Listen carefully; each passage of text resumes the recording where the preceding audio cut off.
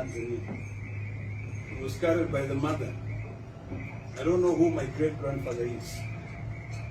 And I think that is what makes me a bit different. Well, what can I say? I had people calling you Commander-in-Chief. I had people calling you Pan-African. But I think I'll call you a true son of Africa. Because when you talk about Pan-Africanism, we were screwed by the Europeans. Yesterday I said that the 1884 Berlin Conference, I think they should have just left us.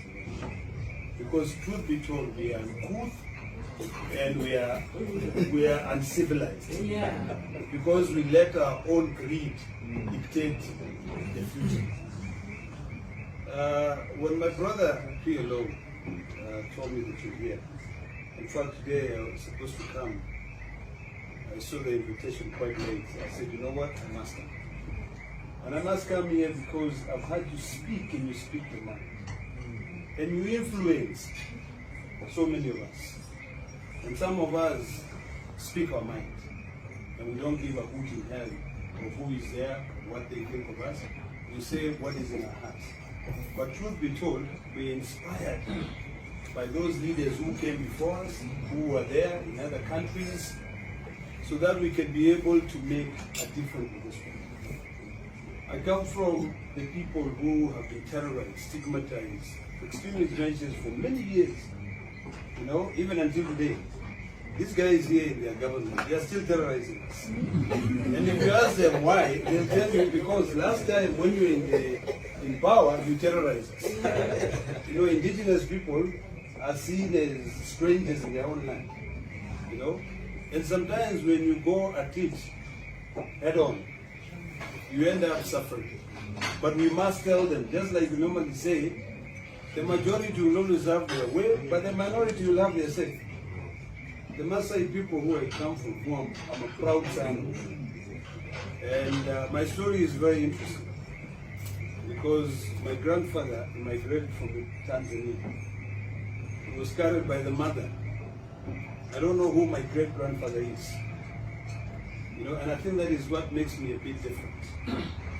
Because my grandfather was brought into this country, finally migrated to Nairobi, where he was adopted there, and he became a local Maasai from Nairobi. The Maasai, for most of you who don't know, we are divided among clans. And I think that is the biggest problem,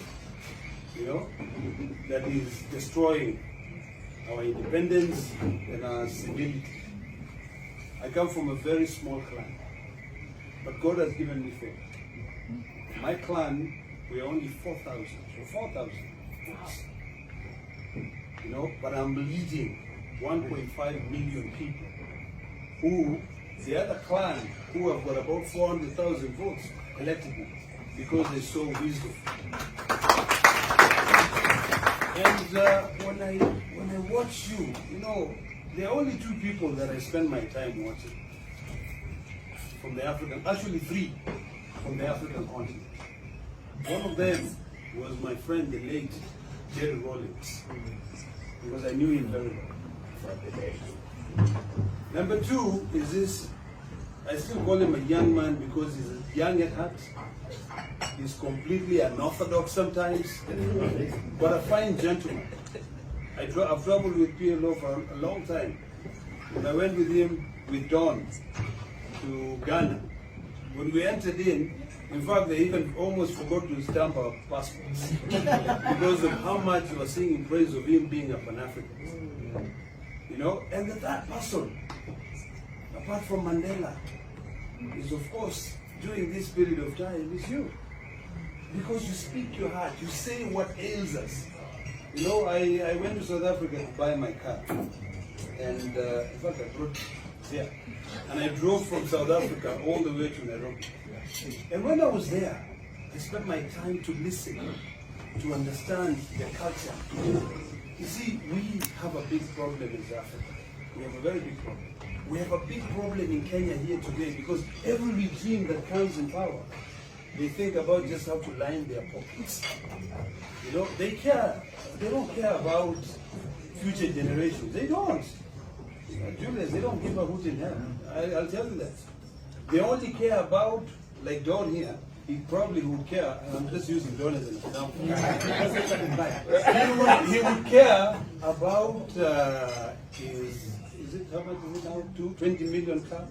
And maybe who live up in the boulevard, like in his neighborhood, because they speak the same language, they're elitist. But the truth be told, these Western people, the only reason why we cannot defeat them is because they have colonized our brains. What is happening today in this country, and I'll be very honest, is the same thing that is happening in South Africa. Why should we be having load shedding in South Africa when you have plenty of sun? I mean, ask yourself very simple questions.